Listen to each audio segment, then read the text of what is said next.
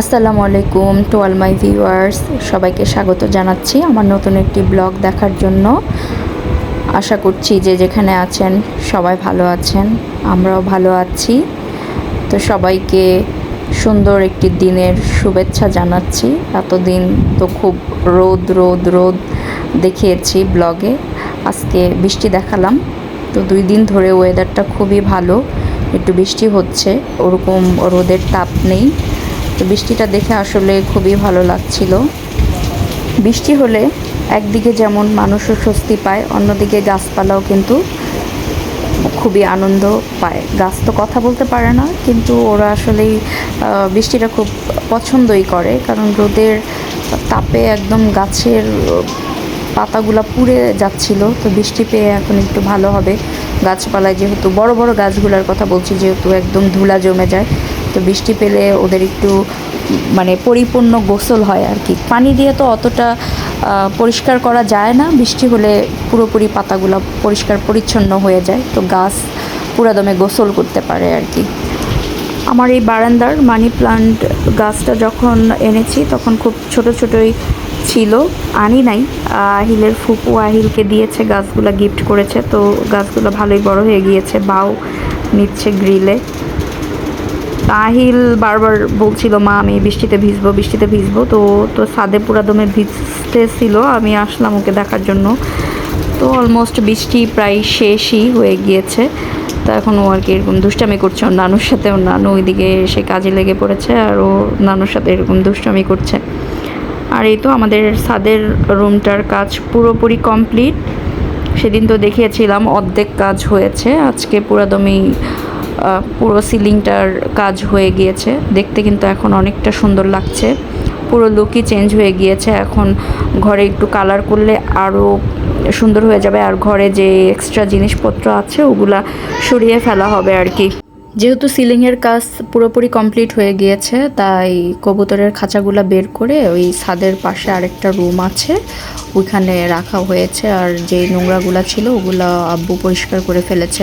ছাদ থেকে ঘরে এসেই দেখি এরকম গোল্ডেন কালারের রৌদ্র উঠেছে বৃষ্টির মধ্যেও, দেখতে খুব সুন্দর লাগছিল, তাই আমি একটু ভিডিও করে নিয়েছি। আর এখানে চম্পা চলে এসেছে, যেহেতু বৃষ্টি শেষ, ও সব বাসার কাজ শেষ করে চলে এসেছে, তো এসে ওর কাজে লেগে পড়েছে। আমাদের কাজ দুপুরের সব কিছুই শেষ হয়ে গিয়েছিল, কারণ দুপুরের পরেই বৃষ্টিটা হয়েছিল। তো দুপুরের রান্না বান্না আজকে সিম্পলই করেছি, তো সব কিছু রান্না করার পরেই দেখি বৃষ্টি শুরু হয়ে গিয়েছে। তো খুব ভালো লাগছিল। সকালে ঘুম থেকে উঠে আকাশটা একটু মেঘলা মেঘলা লাগছিল, খুব বেশি রোদ ছিল না।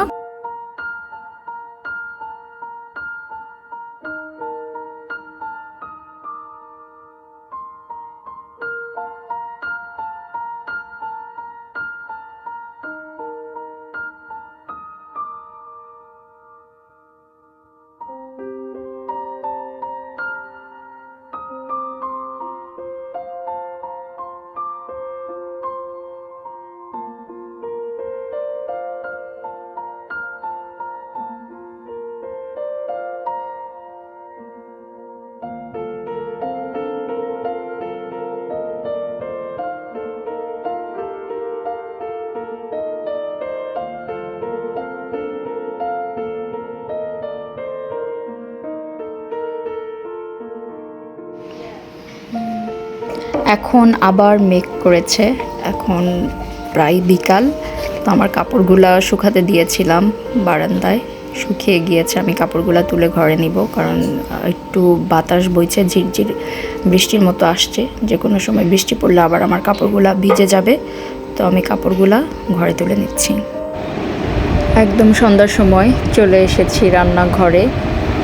সন্ধ্যাও না, প্রায় 8টা বেজে গিয়েছে। আমাদের বাসায় মেহমান আসার কথা ছিল, ওরা ফোন দিয়েছিল যে হসপিটালে আসছে,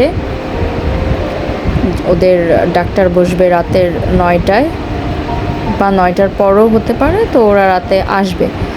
তা আসার কথা ছিল শুনে আমি ভাবলাম যে গেস্ট আসবে যখন, তাহলে আমি খিচুড়ি করে ফেলি। তো ওনারা ফোন দিয়ে হঠাৎ করে ওনাদের আসার প্ল্যানটা ক্যান্সেল করে, তারপরে আমি বললাম যে যেহেতু ঠান্ডায় আছে, বৃষ্টি বৃষ্টি ওয়েদার, তাহলে খিচুড়ি করেই ফেলি, আমরাই খাবো, আমাদের জন্যই করে ফেলি। তো গেস্টরা তো আর আসে নাই, ওরা ওদের বাসার উদ্দেশ্যে রওনা করেছিল।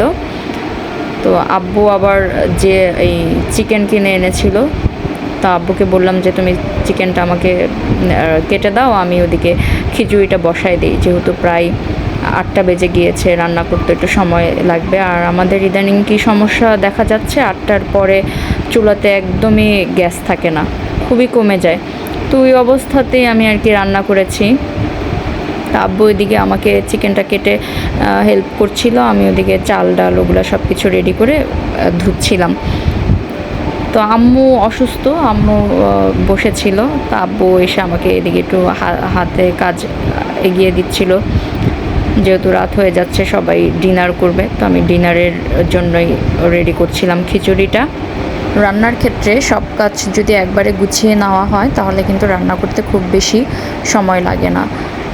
তো আমি ওই দিকটা তো দেখছিলাম, এদিকটাতে আব্বু একটু করে দিচ্ছিল, তো তাহলে কি হবে, আমার খুব তাড়াতাড়ি রান্নাটা হয়ে যাবে। আর পরের দিন ভয়েস ওভার দিচ্ছি, তো খিচুড়িটা কিন্তু খুবই মজা হয়েছিল। তা আমি চাল দিয়েছিলাম প্রথমে বেশি পরিমাণে, তারপরে যেহেতু শুনছি গেস্ট আসবে না, তখন আবার একটু উঠিয়ে রেখেছি, যেহেতু আমি রাতের জন্য এই খাবারটা তৈরি করছিলাম, রাতের খাবারের জন্য, তো খুব বেশি করব না। আর আমি খিচুড়িটা আসলে ভাতের চাল দিয়ে করে থাকি, তাহলে কি খিচুড়িটা খাওয়া যায়। আর পোলাওর চাল দিয়ে করলে খিচুড়িটা খুব বেশি খাওয়া যায় না, মানে পেট ভরে আসে, অতটা পেট ভরে খাওয়া যায় না, পোলাওর চালের ঘ্রাণই একদম পেট ভরে যায়। আর যেহেতু বাইরে বৃষ্টি হচ্ছিল, তাই আমি ভাবলাম যে ঘরে যা আছে ওটা দিয়ে করে ফেলি, শর্টকাট, বেশি আর ঝামেলা করতে যাব না। তো ওইভাবেই নর্মাল চাল দিয়ে আমি করেছিলাম, খেতে কিন্তু খুবই মজা হয়েছিল খিচুড়িটা। তো আমি তো চাল ধুয়ে নিচ্ছিলাম, ওদিকে তো আব্বু মুরগি কেটে দিচ্ছিল। তো চাল ধুয়ে আজকে আমি ভুনা খিচুড়ি বানাবো, আর মুরগির মাংস আলু দিয়ে রান্না করব। শুকনা খিচুড়ির সাথে মুরগির মাংসের বা আলুর ঝোল হলে খেতে কিন্তু খুবই ভালো লাগে। তো এখানে মুরগিটা আব্বুর কাটা হয়ে গিয়েছে, আমি একটু পানি দিয়ে ধুয়ে নিচ্ছি, তারপরে ক্যামেরা অফ করে ভালো করে পরিষ্কার করে ধুয়ে নেব, না হলে ভালো করে ধোয়া হবে। বড় হাঁড়িতে রান্না করতে খুব বেশি ভালো লাগে, তাই আমি বড় হাঁড়িটাই নিয়েছি আজকে, আর নন স্টিকে রান্না করব না, এই বড় হাঁড়িতেই রান্না করব। তো এখানে আমার প্রথমে তেল ঢেলে নিয়েছি, তেলটা গরম হয়ে গিয়েছে, আমি সামান্য কিছু জিরা দিয়ে ভেজে নিয়েছি, জিরা, গরম মশলায় দিয়েছি হচ্ছে এলাচ, দারচিনি, তেজপাতা, ওগুলো ভালো করে ভাজা হয়ে গিয়েছে। এখন আমি পেঁয়াজ দিয়ে দিচ্ছি, পেঁয়াজ দিয়ে ভালো করে ভেজে তারপরে আমি মশলা দিয়ে দেবো। মশলায় দিয়েছি হচ্ছে আদা রসুন, হলুদ গুঁড়া, লবণ আর একটু মরিচের গুঁড়া। আমি একটু ঝালই খেতে চেয়েছিলাম, কিন্তু বেশি ঝাল হয়ে গিয়েছে আমার রান্নাটা, তো আমি ভালো করে মশলাটা কষিয়ে নিচ্ছি যাতে মশলার গন্ধটা চলে যায়। তো ভালো করে কষিয়ে হওয়ার পরে আমি চাল দিয়ে দিয়েছি, চাল দিয়ে এখন এটাকে আমি ভালো করে ভেজে নিব। যেহেতু বলেইছি আমি ভুনা খিচুড়ি বানাবো আজকে, আর সবজি বা পাতলা করব না, একদম ওটাকে ভুনাই রাখবো। তো ওরকম করে ভালো করে ভেজে নিয়ে তারপর আমি ঠান্ডা পানি দিয়ে দিব, যেহেতু বলেছি যে চুলায় গ্যাস নাই, খুব বেশি আগুনের তাপ আসছিল না, তো ওই অবস্থাতেই আমি করছিলাম। তো ঠান্ডা পানি দিয়ে দিব পরিমাপ মতো। আর এই দিকটা এই চুলায় আমি মুরগির মাংসের মশলাটাও কষিয়ে নিচ্ছি, তাহলে আমার তাড়াতাড়ি রান্নাটা হয়ে যাবে। খেতে খেতে প্রায় 11টা বেজে গিয়েছিল। তো আমার চাল কিন্তু অলরেডি ভাজা হয়ে গিয়েছে ভালো করে, এটা তো আর পাতলা হওয়ার কোনো কিছুই নাই, এটা ভাতের চালে রান্না করেছি। তো তারপরে একটু ভালো করে ভেজে নিয়েছি যাতে খিচুড়িটা ঝরঝরা হয়। তো এখনই আমি পানি দিয়ে দিব, এটাকে আমার ভালো মতন ভাজা হয়ে গিয়েছে, পানি দিয়ে আমি কাঁচামরিচ দিয়ে এটাকে দমে দিয়ে দিব। আর ওদিকে মুরগির মাংসটা মশলা আমার কষানো হয়ে গিয়েছে, এখন মাংস দিয়ে ভালো করে কষিয়ে আলু দিয়ে দিব। আর আমি আজকে প্রেশারেই করছি মুরগির মাংসটা যাতে তাড়াতাড়ি হয়ে যায়, এমনিতেই অনেক রাত হয়ে গিয়েছে, বেশি রাত করে খাওয়া উচিত নয়। আমার যেহেতু বললামই হঠাৎ করে প্ল্যান হয়েছে আমি খিচুড়ি রান্না করব, তাই বেশি রাতেই আমি রান্না করে গিয়েছি, কিন্তু খেতে কিন্তু খুব বেশি ভালোই লেগেছিলো, যেহেতু ঠান্ডার দিন ছিল খুব বেশি খারাপ লাগেনি। খিচুড়ি পানি দিয়ে আমি চুলার জালটা একটু বাড়িয়ে দিয়েছি, তো এখন ঢেকে দিয়েছি খিচুড়ির পানিটা ভালো মতো গরম করে এখন চুলাটা কমিয়ে দিয়ে ঢেকে নিয়েছি। আস্তে আস্তে এটা সেদ্ধ হোক। আর এদিকে আমার মুরগির মাংস কষাচ্ছি। গরম মশলাটা এখন আমি ভালো করে গুঁড়ো করে তারপরে মাংসের মধ্যে দিয়ে দিব, দিয়ে প্রেশারের ঢাকনাটা ঢেকে দিলেই আমার মুরগির মাংস রেডি হয়ে যাবে। এই যে আমার খিচুড়ির ফাইনাল লুকস। আমি উপরে হালকা একটু জিরা ভাজা আর গরম মশলার পাউডার দিয়ে দিয়েছি। মুরগির মাংসটাও হয়ে গিয়েছে। কালারটা কেমন হয়েছে বলুন তো? দেখতে কিন্তু মাশাআল্লাহ কালারটা মানে যেমন চেয়েছি ওরকমই হয়েছে। এখন আর দেরি করব না, সবাইকে খেতে দিয়ে দিব। আর খিচুড়ি কিন্তু গরম গরম খেতেই ভালো লাগে। তো আজকে আমি ভিডিওটি এখানেই শেষ করছি। আল্লাহ হাফেজ।